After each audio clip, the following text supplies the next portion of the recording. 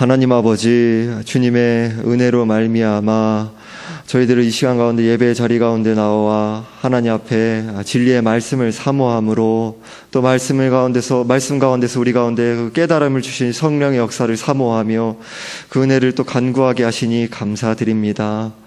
하나님 아버지, 주님께서 허락해 주신 그 명절, 우리 전통의 문화 가운데 가족들과 또 친지들과 또 사랑의 관계를 나누고, 또 그러한 취지로 모이는 또 모임이건만 우리의 또 많은 지체들 가운데 또 신자와 또 불신자 관계로 또 어우러져 있는 우리의 가족과 친지들과의 관계 가운데서 우리들이 신자로서 하나님의 영광을 드러내지 못하고, 때로는 그 가운데서 너무나도 많은 우리들이 또 말 못할 아픔과 그 가운데서 우리가 또 분열의 통로로 쓰임받을 때 너무나도 많이 있음을, 하나님께 사랑하라고 가장 가까이 관계 맺도록 붙여주신 가족과 또 친척들 가운데서 또 말과 행실 가운데서 서로 상처를 주고받고, 그 가운데서 아픔이 있고, 그 가운데서 묵은 감정이 있고, 그러한 여러 가지 것들, 우리의 모든 죄악들 하나님 앞에 고백하오며 또 토설하오니, 우리의 생각과 말과 행동으로 지은, 또 한 주간을 살아가면서 지은 우리의 모든 죄악들 회개하오니 용서하여 주시고, 우리들이 그 죄 용서함에 또 은혜를 또 힘입고, 너희는 세상의 소금이라 세상의 빛이라 예수 그리스도께서 선포하신 우리의 참된 정체성을 회복할 수 있게 하여 주시고, 또 진리의 말씀 가운데서 우리의 또 이 세상 가운데서 혈육의 관계를 뛰어넘는 주님의 몸된 교회, 그 예수 그리스도께서 피 흘리신 그 은혜로 말미암아 친족의 관계, 혈육의 관계를 넘어서 그리스도의 몸된 그 교회의 지체로서 우리들이 주 안에서 한 가족으로, 우리들이 그럼에도 늘 아픔과 상처가 있고 그 가운데서 우리 가운데 연약함과 한계와 죄성을 보게 되며 또 탄식하게 되지만, 그 가운데서 하나님께서 주님의 몸된 교회를 사랑하시고 아끼시고 또 인도하시며 우리 가운데서 이끌어가고 계시는 그 놀라우신 선하신 계획 가운데서 오늘도 말씀을 통하여서 또 교회의 그 지체들 가운데서 늘 좋은 일만 있는 것이 아니라 그 교회의 그 표지로 주님께서 말씀하신 복음과 성례와 권징의 그 사역 가운데 그 권징에 관한 그 말씀을 살펴볼 때, 우리들이 그 말씀을 또 그 하늘에서부터 내려오신 그 말씀으로 받으며 그 가운데서 우리들이 자신을 돌아보며 주께서 주신 그 권징의 은혜 가운데 우리를 세우고 거룩하게 하며 순결하게 하며 그 가운데서 주님 기쁘신 뜻이 우리 가운데서 그 감사함으로 이루어져 나가기 위해 주님께서 필수적으로 주신 그 은혜를 살펴볼 수 있도록 이 시간 가운데 성령께서 우리 가운데 깨우침을 주시고 인도하여 주옵소서. 감사드리며 우리 주 예수 그리스도의 이름으로 기도드리옵나이다. 아멘.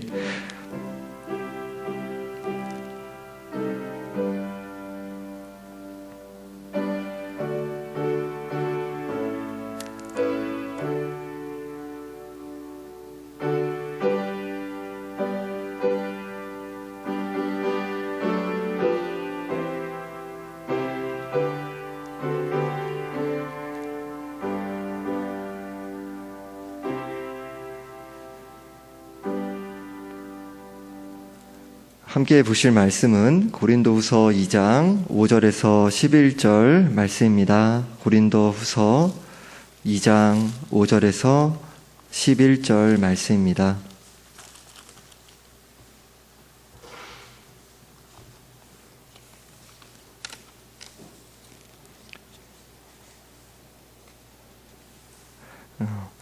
합독하시겠습니다.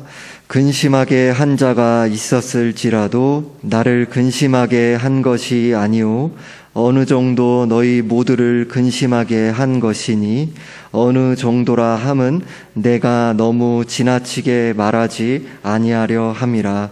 이러한 사람은 많은 사람에게서 벌받는 것이 마땅하도다. 그런즉 너희는 차라리 그를 용서하고 위로할 것이니 그가 너무 많은 근심에 잠길까 두려워하노라. 그러므로 너희를 권하노니 사랑을 그들에게 나타내라. 너희가 범사에 순종하는지 그 증거를 알고자 하여 내가 이것을 너희에게 썼노라. 너희가 무슨 일에든지 누구를 용서하면 나도 그리하고 내가 만일 용서한 일이 있으면 용서한 그것은 너희를 위하여 그리스도 앞에서 한 것이니 이는 우리로 사탄에게 속지 않게 하려 함이라. 우리는 그 계책을 알지 못하는 바가 아니로라. 아멘. 지난 시간 고린도후서 2장 4절 말씀에서 내가 마음에 큰 눌림과 걱정이 있어 많은 눈물로 너희에게 썼노니 라고 말씀하며 고린도 교회에 공개적으로 큰 문제를 일으킨 한 사람에 대한 징계, 즉 권징에 대한 그 말씀, 그 권고를 담은 소위 눈물의 서신을 애끓는 아픔의 마음으로 고린도 교회에 전달한 바울은 적절하고 분명한 징계 조치를 취할 것을 말씀합니다. 그러니까 눈물의 서신이라는 고린도 전서와 후서가 약 1년 이내에 쓰여진 서신입니다. 그것은 이제 성경의 말씀을 통해서 충분히 이제 추론해 볼 수가 있는 이제 근거를 가지고 살펴볼 수 있는 그런 내용인데요. 그 가운데서 눈물의 서신이라는 오늘날에는 존재하지 않는, 물론 학자들 중에서는 소위 눈물의 서신이 고린도 전서다 이렇게 보는 분들도 있습니다. 그러나 저 같은 경우에는 물론 제 입장이 무조건 맞다라는 것은 아니고요. 이런 부분들에 있어서는 이제 본문의 문맥을 해석하는 데 있어서는 크게 지장이 되지 않는 범위 가운데서 또 눈물의 서신에 대해서 또 많은 학자들은 고린도 전서 후서 사이에 이 고린도 교회의 문제를 일으킨 한 사람에 대한 권징, 그러니까 그 징계를 사도 바울이 권고한 그 내용에 담겨진 그 서신이 바로 눈물의 서신이다 이렇게 이야기를 합니다. 그것을 전해 받은 거죠. 동시에 바울은 그런 이후에 지금 이제 고린도 후서의 그 말씀을 이어서 전하고 있는 겁니다. 그 눈물의 서신에 대한 그 결과를 보고 받고요. 동시에 바울은 신중하고 주의 깊게 이 사람의 징계에 대한 후속 조치 과정이 이루어질 수 있도록 단지 징계 자체가 목적이 아니라 범죄한 사람이 죄에서 회개하며 돌이켜 회복되며 죄에서 돌이킨 사람을 공동체가 받아들이는 그 과정까지, 이것을 이제 권징이다라고 할 수 있습니다. 어떻게 보면요, 우리들이 어떤 잘못한 어떤 지체에 대해서 판결을 나누고 정말 눈물이 나고 마음이 아프고 쉽지 않죠. 그럼에도 땅땅땅 하고 이렇게 판결을 하고 그러면 이제 단번의 과정으로 끝날 수 있을 것 같은데, 어떻게 보면 거기까지도 쉬울 수가 있는데 그 이후의 과정이 어떻게 보면 더 어렵다라고도 할 수 있습니다. 우리들이 쉽게 생각해 볼 수 있겠죠. 내가 그 벌을 공개적으로 받은 당사자다. 모든 지체들이, 교회의 지체들이 다 알 정도로 소문이 났다라고 생각을 한다면 쉬운 문제가 아닌 거죠. 어떻게 보면 그 문제가 더 어려울 수 있는 겁니다. 소위 해벌, 그러니까 벌을 이제 면하는, 벌을 이제 제하고 그 뒤에 후속 조치의 과정까지, 그 전체를 담아서 권징의 과정이다라고 할 수 있는데요. 오늘의 말씀에서 어떻게 보면 지난 본문의 말씀에서 이 사람을 징계해라. 왜냐하면 모두가 명백히 알 정도로 교회에 죄된 문제로 드러난 문제인 만큼 그냥 두면은, 그렇게 교회에서 큰 분란을 일으킨 사람인데 아주 큰 분란을 일으켰어요. 그런데 많은 사람들이 마음이 굉장히 불편한 것 아닙니까? 그 정도의 상황이라면 저분이 또 징계를 받으셔야 되는 거 아닌가? 굉장히 마음에 불편함을 안고 감사와 기쁨의 교제가 상실될 것 아닙니까? 그 정도까지 상황까지 갔으면 분명한 권징이 뚜렷하게 물론 필요한 것이죠. 물론 여러분들에게 또 말씀드릴 때 권징이라 우리에게 멀게만 있는 것이 아니라 성도님들께서 잘 예배 나오지 않는 성도님들에게 예배 잘 나와야지, 그리고 요즘 신앙생활 가운데 소홀한 것 같더라, 이렇게 어른으로서 조언해 주는 것, 이런 충고, 권면, 이런 것까지, 일상적인 것까지 또 이제 권면에 포함됩니다. 권징에 포함됩니다. 물론 이제 오늘 말씀은 이제 그 재판의 과정까지 나아간 안타까운, 더욱더 심각한 이런 사안을 다루고 있는 거죠. 5절에서 근심하게 한 자가 있었을지라도 나를 근심하게 한 것이 아니요 어느 정도 너희 모두를 근심하게 한 것이니 어느 정도라 함은 내가 너무 지나치게 말하지 아니하려 함이라 라고 합니다. 바울은 근심하게 한 자에 대해 말합니다. 말씀드린 고린도 교회에서 큰 문제를 일으킨 한 사람에 대해서 이야기하는데요. 이 한 사람이 어떠한 큰 소란을 일으켰는가? 물론 지난 시간에는 제가 그 한 가지 입장, 제가 지지하는 입장 그 한 가지 입장만 소개해 드렸는데요. 보통 두 가지 입장으로 보수적인, 그러니까 우리들이 같이 같은 그 신학 안에서 말씀을 받는 신학자분들, 그 목사님들 견해에서는 크게 두 가지 견해로 이렇게 나뉩니다. 물론 그 결론에 있어서는, 문맥에 있어서는 이제 동일하게 그렇게 저희들 같은 결론으로 이어진다라고 할 수 있습니다. 이 한 분이 어떠한 문제를 일으켰냐면 바울에게 큰 무례를 범했고 고통을 주었지만 너희 모두를 근심하게 한 것이니 라고 이야기하고 있습니다. 이처럼 고린도 교인 전체에게 결국엔 근심을 준 것으로 바울은 이야기하고 있습니다. 여기에는 고린도 교인들 전체에게 근심이 되어서도 그렇고요. 어떻게 하면 바울이라는 목회자 한 사람은 자신이 수치를 당하고 모욕을 당하고 물론 그 순간에는 마음이 아팠을 수 있겠죠. 하지만 그것보다도 교회 자체에 해악이 되는 것, 그것을 더 염두에 둔 것입니다. 이것이 바로 성경적인 바른 목회자가 그 안에서 주님 안에서 씨름해야 될 마음이며 또 온 성도들이 교회 중심, 그 내 어떠한 마음의 그런 불편함, 상한 마음 그것보다도 주님 안에서 자기를 부인하고 주님께서 주시는 그 은혜의 마음, 내가 어떠한 사랑과 은혜를 받았나 그것을 기억하면서 교회를 어떻게 하면 유익하게 할 수 있는가, 그 마음, 그렇죠? 그 마음, 우리 믿음의 선배들이 걸어가신 그 마음에 대해서 바울이 이야기하고 있는 것입니다. 바울은 그럼에도 어느 정도라면 내가 너무 지나치게 말하지 아니하려 함이라 라고 하며 과장 없이 조심스럽고 신중하게 이 문제에 대해서 접근하려고 하고 있습니다. 보수적인 관점에서는 이제 크게 두 가지 관점이 있다고 소개해 드렸는데요. 먼저 한 가지 관점으로는요, 고린도 교회에 문제를 일으키는 한 사람에 대해 고린도 후서보다 약 1년 전에 쓰여진 고린도 전서 5장 1절 이하에서 언급하는 음행한 사람을 가리키는 것으로 이제 보는 것입니다. 이 사람이 범한 음행의 죄악은 아버지가 취한 어린 둘째 부인과 아버지의 아들이 근친 상간을 한 것을 가리킵니다. 끔찍한 일이죠. 고린도전서의 본문은 이 사람을 사탄에게 내어주었다라고 합니다. 그러니까 이 사람을 고린도 교회가 징계했다라는 것입니다. 고린도 교회가 이 사람을 징계한 이유는 이 사람을 하나님의 백성으로부터 완전히 끊어낸다라는 거기에 목적이 있는 것이 아니라 일정한 기간 동안 성찬을 비롯한 공예배에 참여하는 것을 제재하며 스스로의 잘못을 돌아보게 하고 또 그럴 수 있기를 간구하고 궁극적으로는 죄악에서 회개하며 돌이켜 공동체 안으로 다시 들어오도록 하기 위한 것이었습니다. 그러나 그 아버지의 그 둘째 부인, 그 젊은 둘째 부인과 근친 상간을 한 죄악을 범한 이 고린도 교회에 문제를 일으킨 분이 이 사람입니다라는 그 해석에 대해서 두 가지 생각해 볼 부분은 오늘 본문 고린도후서 2장 5절에서 나를 근심하게 한 것이 아니오, 이 말은 그대로 바울을 근심하게 하지 않았다라는 것이 아니라 바울이 돌려서 말하고 있는 것입니다. 실제로는 바울이 많은 근심을 했죠. 바울에게 실제적으로 그 고통을, 마음에 많은 고통을 줬으니까요. 그러니까 바울이 이 사람이 너무 심한 표현으로 상처를 받지 않도록 자제한 것일 뿐 사실상 바울 개인과 관련된 것이라는 그런 암시를 줍니다.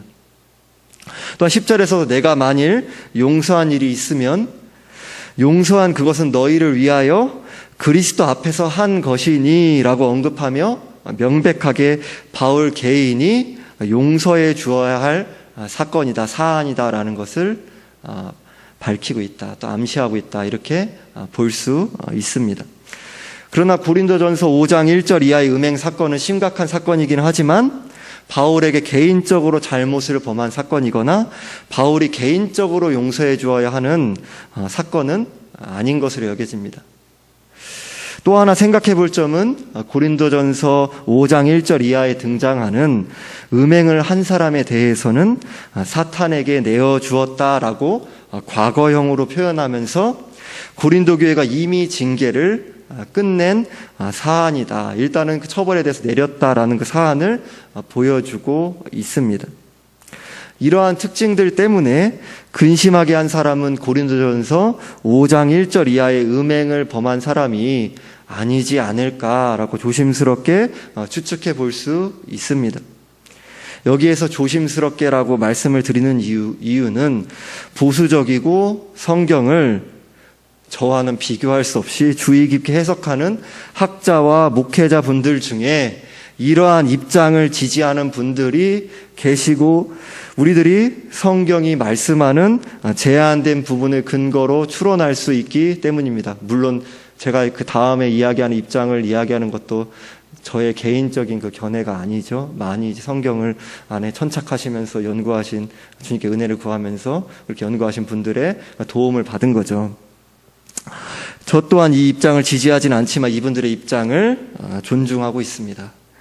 그럼에도 보수적인 학자분들의 또 다른 입장으로는 이 사람은 지난 시간에 살펴보았던 것처럼 바울이 급하게 다시 고린도 교회를 방문했어요. 고린도 교회를 개척할 때 말고 그 두 번째 방문했을 때 바울에게 공개적으로 모욕을 주는 언행과 더 나아가서는 신체적으로 위협을 가하는 가능성까지 포함해서 고린도 교인 전체에게 큰 충격을 준 사건으로 이제 보는 것입니다.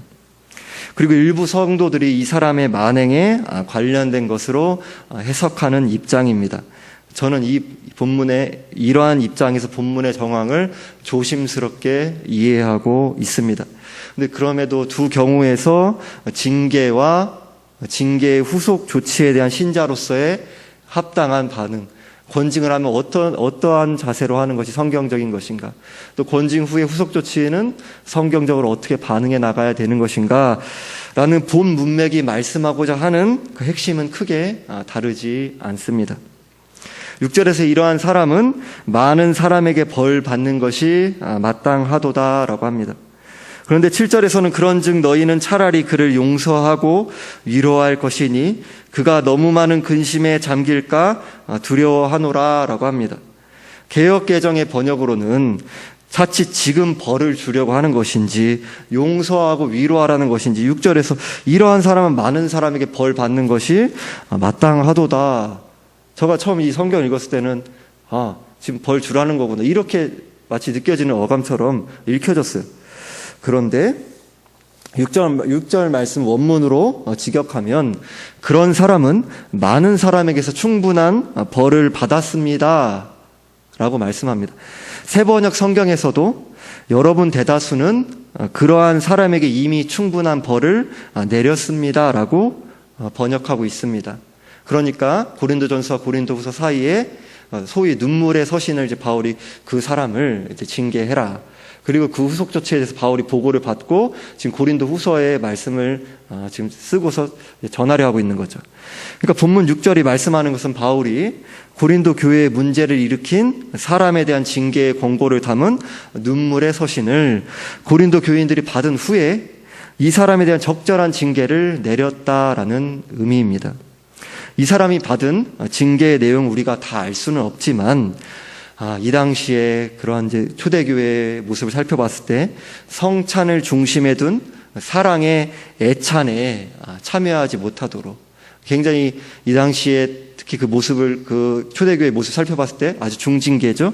이렇게 참여하지 못하도록 한동안 참여하지 못하도록 제재를 받은 것으로 여겨집니다. 현대의 우리들은 사랑을 이야기하는 교회가 어떻게 공동체의 한 지체를 이렇게 공격적으로 벌을 줌으로 모든 사람이 다 알 정도로 망신을 줄 수 있을까, 망신을 당하게 할 수 있을까라고 생각이 들 수 있습니다.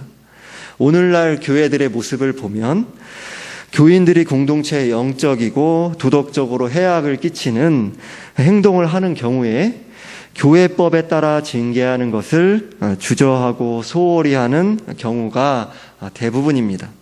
그러나 공적으로 교회에 해악을 끼친 교인의 행위에 대해 공적인 징계를 소홀히 한 채 그대로 방치하면 이 행위는 악한 누룩이 되어서 영적으로 도덕적으로 결국 교회를 병들게 합니다. 따라서 교회에서의 만남이 기쁨과 사랑의 만남으로 지속될 수 있기 위해서는 교회에 공적인 해악을 끼친 교인의 행위에 대해 적절한 징계를 마음이 아프지만 시행해 나가야 합니다. 그리고 징계의 당사자는 기꺼이 교회의 징계를 하나님이 주시는 근신의 기간으로 여기고 받아들여야 합니다. 이어지는 7절 이하의 본문이 그 문맥에서는 징계가 이루어진 이후에 징계를 받은 사람에 대해 교회의 지체들이 어떻게 반응해 나가야 할지, 어찌 보면 더 어려운 부분이죠. 그것을 사도 바울이 가르쳐주고 있습니다. 7절에서 8절에서 그런즉 너희는 차라리 그를 용서하고 위로할 것이니 그가 너무 많은 근심에 잠길까 두려워하노라. 그러므로 너희를 권하노니 사랑을 그들에게 나타내라 라고 합니다.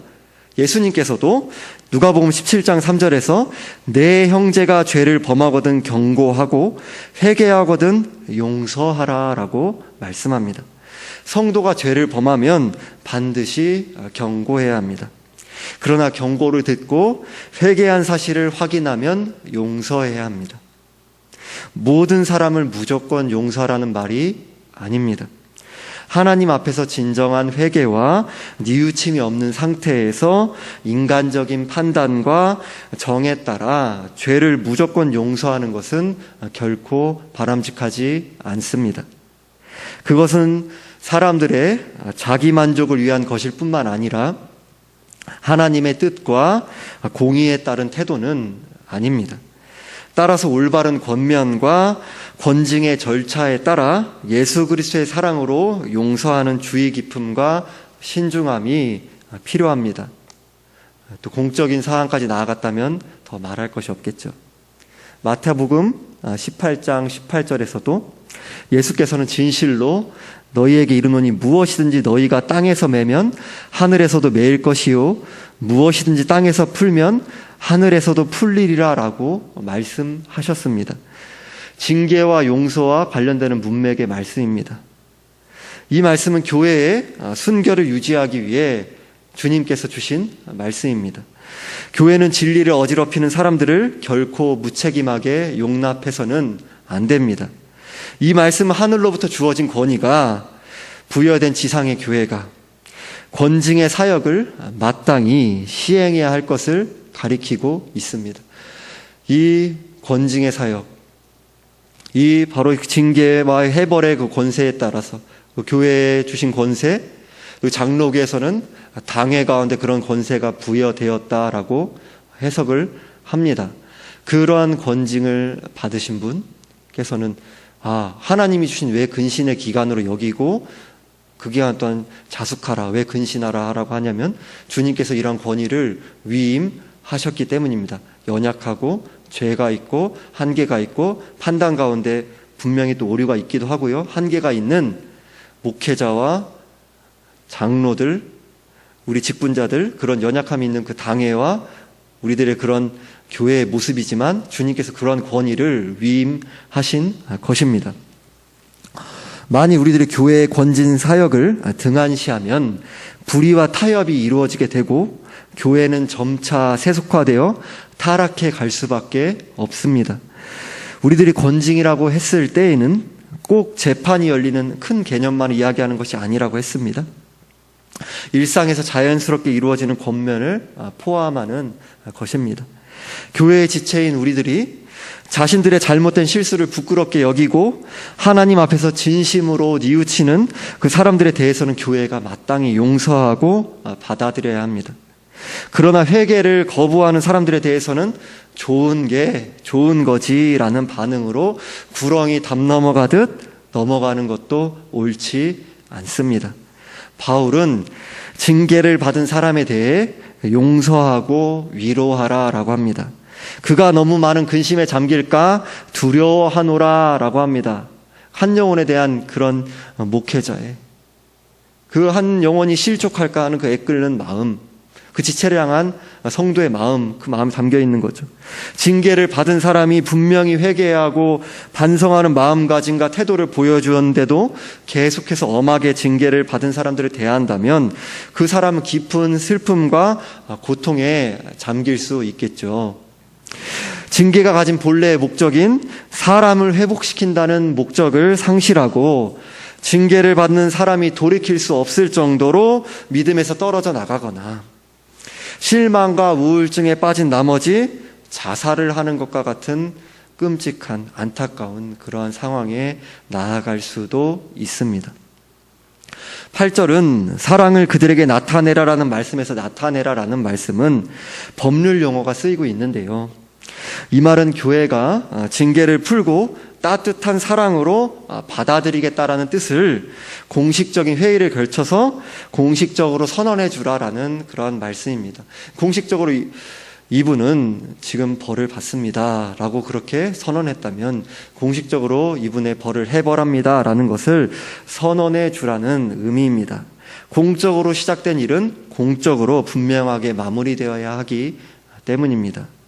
교회는 징계가 이루어진 성도에 대해 적절한 기간이 지나면 반드시 공개적으로 해벌을 하고 이전보다 더 따뜻한 마음으로 해벌된 지체를 받아들이기에 힘써야 합니다. 우리들이 현실에서 경험하는 징계의 경우에 징계받은 사람을 회복시키는 과정이 필요하지만 그 과정에 기꺼이 동참하는 사람은 많지 않습니다. 인간의 죄성을 고려할 때 그렇죠? 편견을 갖고 그 지체를 이미 바라보고 대하기 때문입니다. 죄 지은 사람이 충분히 벌을 받았으면 이제는 그 사람을 용서하고 위로해 주어야 합니다.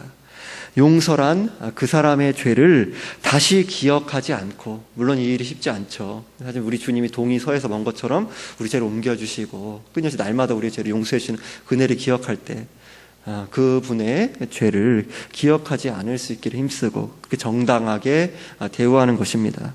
사실 인간의 죄성으로는 용서가 불가능합니다. 인간의 능력 밖의 일입니다. 하지만 우리가 오직 예수 그리스도의 십자가와 부활의 그 복음의 은혜로 용서를 받은 사실을 기억하고 그 위치로 돌아가야 합니다. 남을 잘 용서하지 못하는 사람은 어쩌면 완벽주의에 빠져서 나는 완전하다라는 착각을 그 순간 하고 있기 때문일지도 모릅니다. 징계는 반드시 필요하지만 징계와 그에 따른 사랑과 용서가 동반되지 않으면 징계는 사람을 회복시키는 본래의 목적과 기능을 상실할 수 있습니다. 9절에서 너희가 범사에 순종하는지 그 증거를 알고자 하여 내가 이것을 너희에게 썼노라 라고 합니다. 이것을 너희에게 썼노라 라는 말씀은 범죄한 사람에 대해 고린도 교회에 바울이 눈물의 서신을 보내 그 사람을, 그분을 징계하라라는 권고를 했다는 것입니다. 그 이유에 대해 너희가 범사에 순종하는지 그 증거를 알고자 하여라고 합니다. 여기에서 말씀하는 범사의 순종이란 그 눈물의 서신의 내용을 고려할 때 형제에 대한 그 징계 권고를 가리키는 거죠. 근데 이제 성도들 입장에서, 고린도 교인 성도들 입장에서는 순종하기 좀 보다 마음에 부담이 없는 그러한 권고가 있을 텐데 이 지체를 징계하라 라는 그 말씀에, 그 말씀, 사도 바울이 예수 그리스도의 그런 대리인으로서 그 권위를 위임받고 이 지체에 대해서 사도로서 징계하라라는 그 말씀에 순종하는 것이 쉽지 않았을 것입니다. 물론 여러분 다시 한번 제가 높아심에 이야기하지만 목회자는 오늘날 사도가 아닙니다. 사도는 사도 시대로서 끝난 것입니다. 저희는 그저 목회자일 뿐입니다.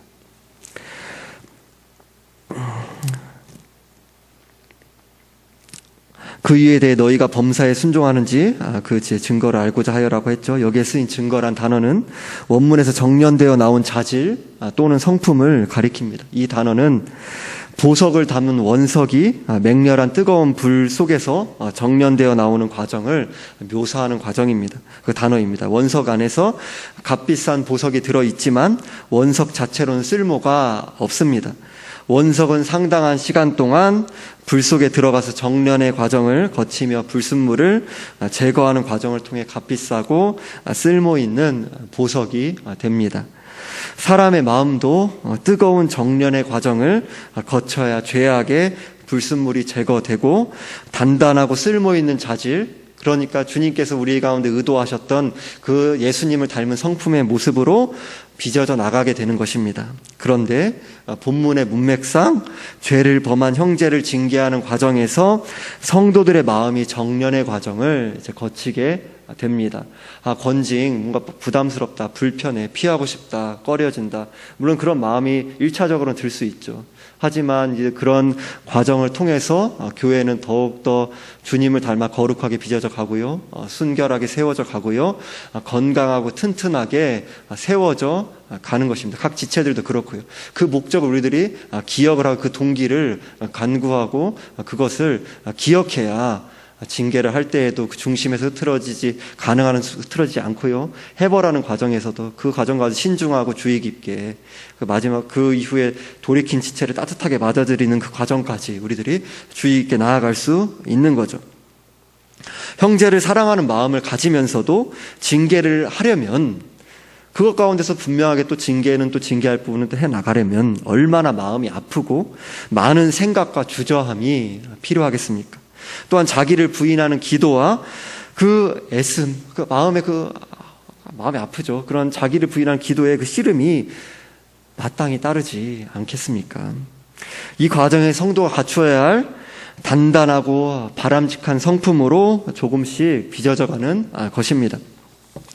10절에서 너희가 무슨 일에든지 누구를 용서하면 나도 그리하고 내가 만일 용서한 일이 있으면 용서한 그것은 너희를 위하여 그리스도 앞에서 한 것이니 라고 합니다. 앞에서 바울은 징계를 받은 사람이 슬픔에 사로잡히지 않도록 용서하기를 고린도 교인들에게 권면한 반면 여기서는 고린도 교인들의 유익을 위해 용서를 권면하고 있습니다. 바울이 고린도 교회가 근심하게 한 사람을 용서하기를 기대하면서 바울 자신은 이미 이 사람을 용서했다라는 사실을 간접적으로 암시하고 있습니다. 이 용서는 고린도 교인들을 위한 것이며 사사롭게 용서한 것이 아니라 그리스도께서 보고 계시는 중에 사도 바울은 자기 자신의 체면, 자존심 그런 부분들 순간은 그런 부분들에 대해서 상한 마음이 들 수 있지만 최대한 빨리 주님께 은혜를 구하면서 쳐내고 자기를 부인하고 자기의 유익, 우리의 본성상 그 자기를 위하는 그 본성에서 자기 부인하며 하나님을 위하고 교회를 위하고 이웃을 위하면서 어떤 것이 가장 바람직하신 것인가 그것을 분별할 수 있기를 간구하고 또 그것에 그 의거하여서 선택해 나간 거죠. 그리스도 앞에서요.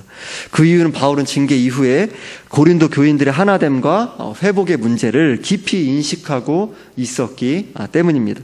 11절에서 이는 우리로 사탄에게 속지 않게 하려 함이라 우리는 그 계책을 알지 못하는 바가 아니로라 라고 합니다. 여기서 속지 않기 위해라는 그 말씀은 원문으로 보시면 이용당하지 않기 위해라는 말입니다. 그 사탄이 얼마나 교묘한지가 이제 원문으로 볼 때 조금 더 분명하게 드러나죠. 사탄은 온갖 방법을 우리의 생각과 그런 상상을 뛰어넘어서 온갖 것을 이용해서 분탕질을 하고요. 그것 가운데 우리들이 연약한 부분을 이용해서 교회를 어떻게든 갈라놓으려고 우리 재관대 넘어뜨리려고 교회를 갈라놓으려고 분열시키려고 호시탐탐 엿보고 있습니다.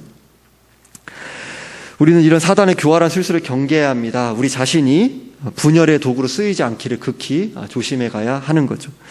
다수의 고린도 교인들은 이 사람을 징계하는 일에 동의했고요. 징계가 실제로 이루어졌지만 이 사람을 지지하던 이 교회에 분란을 일으키던 이 사람을 지지하던 소수의 사람들이 있었습니다.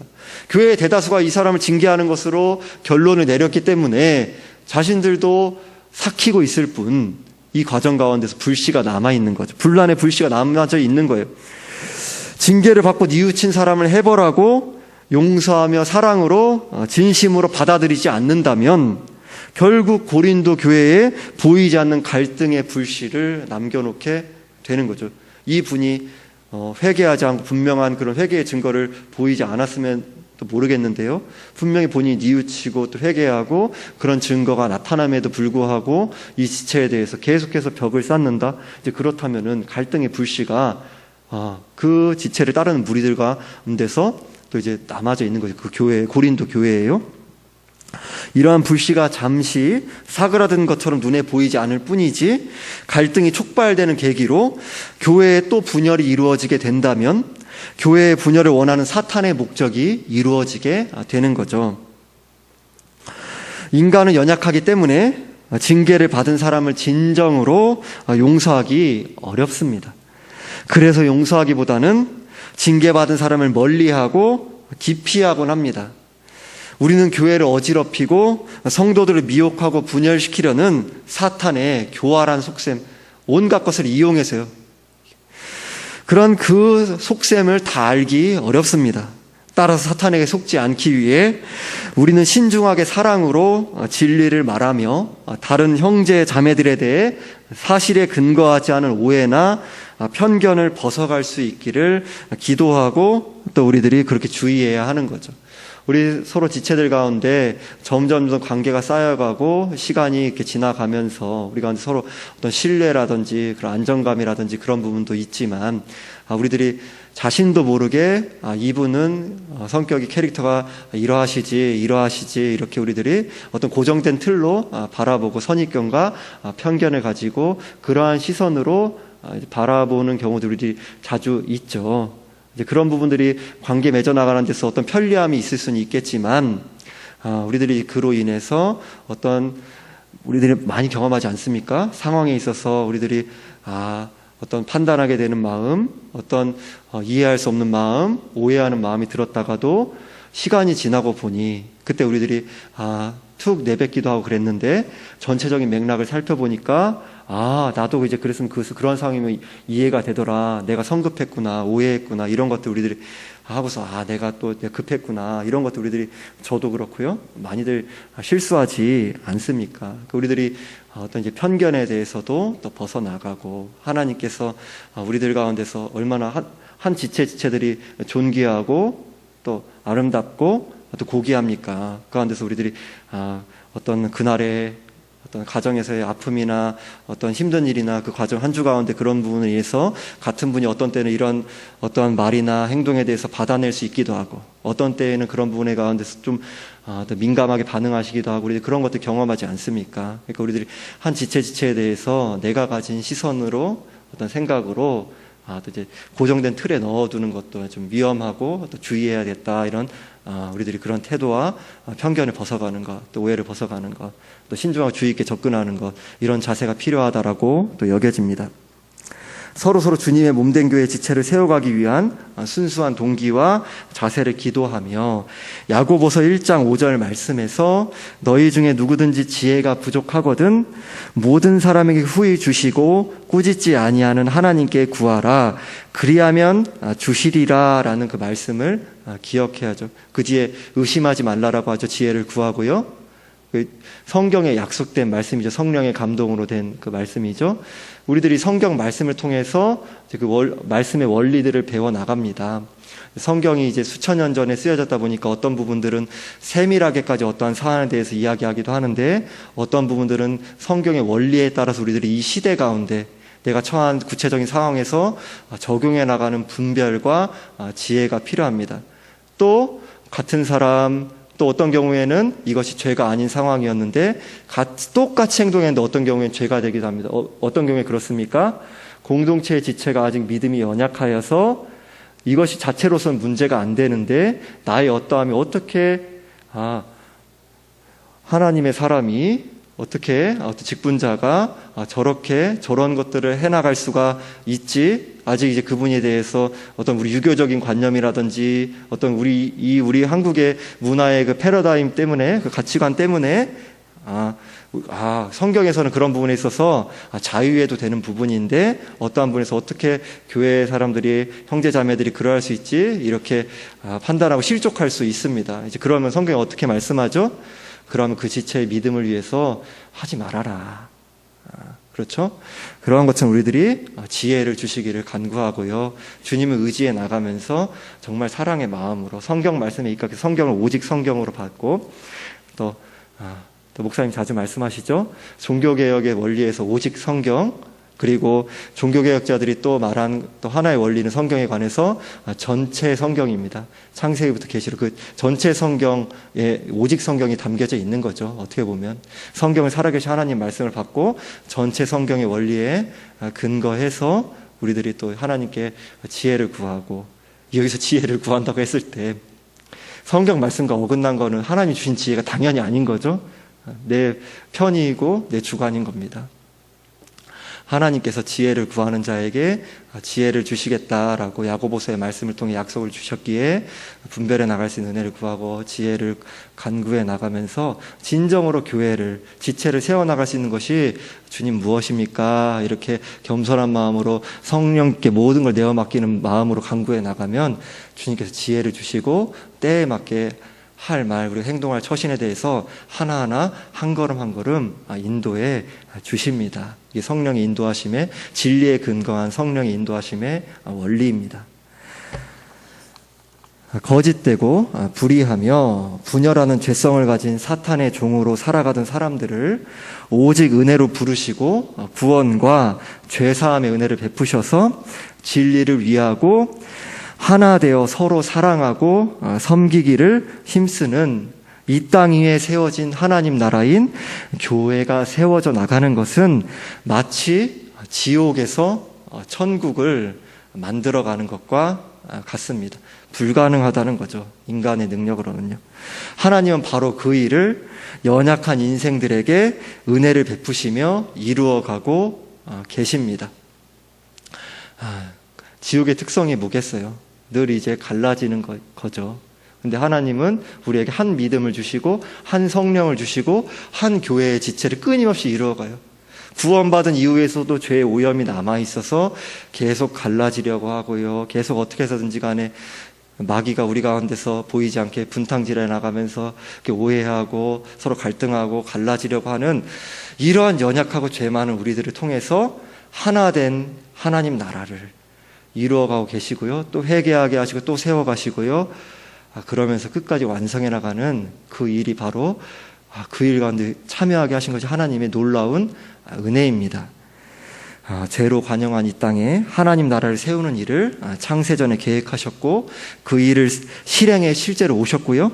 하나님 나라를 마침내 완성하실 것입니다. 우리는 그날을 바라보면서 사랑하고 또 권면하고 또 용서하며 함께 주님의 몸된 교회로 아름답게 세워져 나갑니다. 기도드리겠습니다.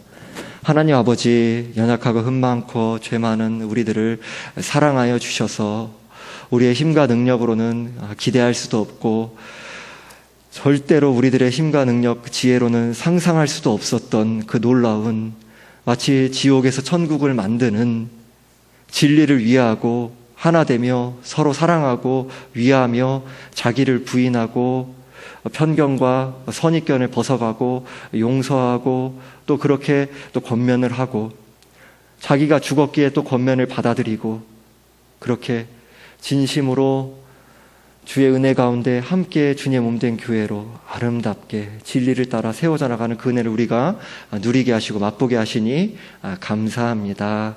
이 시대 가운데 우리들이 좋은 게 좋은 거지 하는 이 시대의 사조 가운데 그저 휩쓸려 가는 것이 아니라 진리의 말씀이 진정으로 우리에게 생명의 길임을, 진리의 말씀만이 유일한 기준임을 굳게 붙들고 유일한 지혜임을 우리들이 의지하고 또 신뢰하며 그 말씀의 기준에 따라 주님께 지혜를 간구하며 진정으로 교회의 유익이 무엇인지, 지체들을 아름답게 세워나가는 것을 위한 그것이 무엇인지를 간구하고 씨름하고 나는 죽고 그렇게 주님의 영광을 위해, 주님 몸된 교회의 지체들을 위해 저희들이 그렇게 한 사람 한 사람이 썩어져 가며 그렇게 우리들이 함께 세워져 나가는, 사랑하고 권면하고 용서하며 함께 서로를 삼위일체 하나님이 서로 사랑하며 서로를 온전한 연합 가운데 그렇게 우리들에게 그 길 가운데서 그 은혜에 참여하는 그 길로서 우리들을 그 은혜에 참여하게 하심으로 그렇게 지옥에서 천국을 만들어가는 그 길 가운데 참여해 나가게 하신 그 은혜에 감사하고 기뻐하며 그 발걸음을 기꺼이 힘있게 걸어가게 하여 주옵소서. 감사드리며 우리 주 예수 그리스도의 이름으로 기도드립니다. 아멘.